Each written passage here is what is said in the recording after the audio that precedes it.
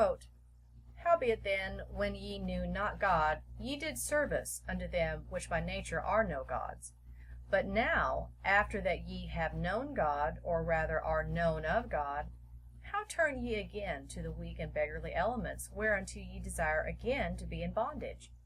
Ye observe days and months and times and years. I am afraid of for you, lest I have bestowed upon you labor in vain. End quote. Galatians 4, verses 8 through 11.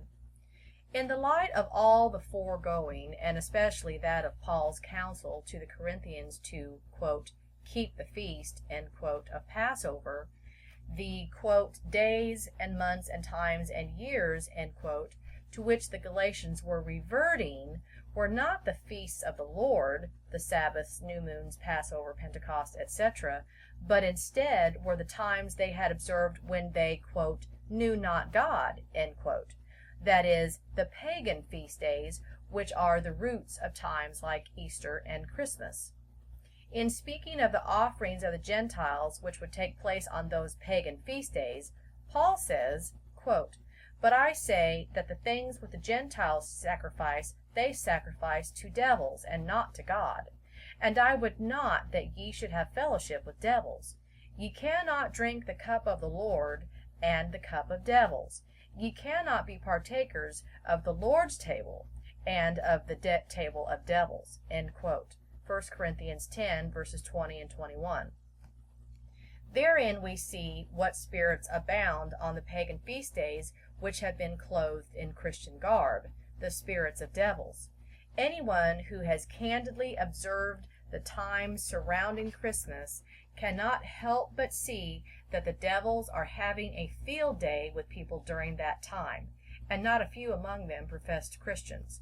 The same is true with the celebration of Easter, with the indulgence in new, fashionable clothing and the vain customs involving eggs and the Easter bunny, all of which foster, quote, all that is in the world, the lust of the flesh and the lust of the eyes and the pride of life, which is not of the Father, but is of the world, end quote. 1 John 2, verse 16.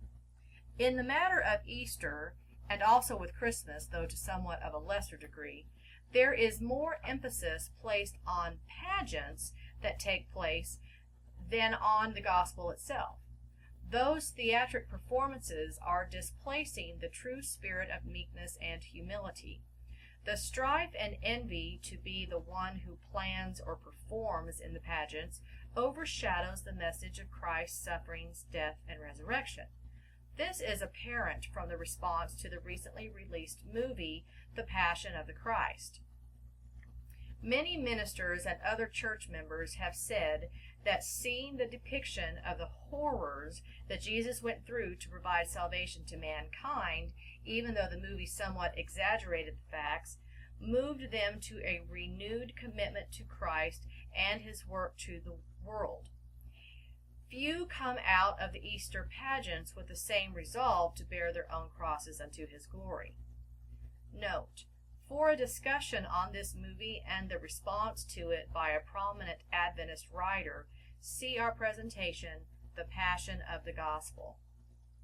The current general use of the medium of theatrics, while bringing out certain emotional and intellectual responses, when mixed with errors in doctrine and practices as they usually are, eclipses Christ's true work in the heavenly sanctuary, where the, quote, fountain opened for sin and for uncleanness, end quote, Zechariah 13:1, his blood, flows freely for the salvation of mankind.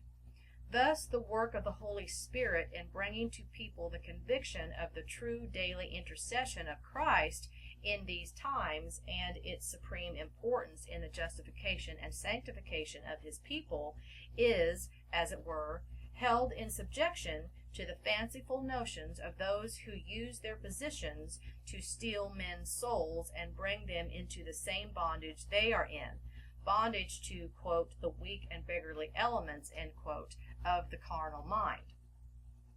Quote, now the Spirit speaketh expressly that in the latter times some shall depart from the faith, giving heed to seducing spirits and doctrines of devils, end quote. 1 Timothy 4, verse 1. And what are among the foremost, quote, doctrines of devils, end quote, which the, quote, seducing spirits, end quote, teach? That the feast days have been nailed to the cross, and that we should bow down to the vain customs of men by observing the times and customs instituted by Church of Rome, Easter, Christmas, New Year's on January 1st, etc. Therefore, quote, be not high-minded, but fear.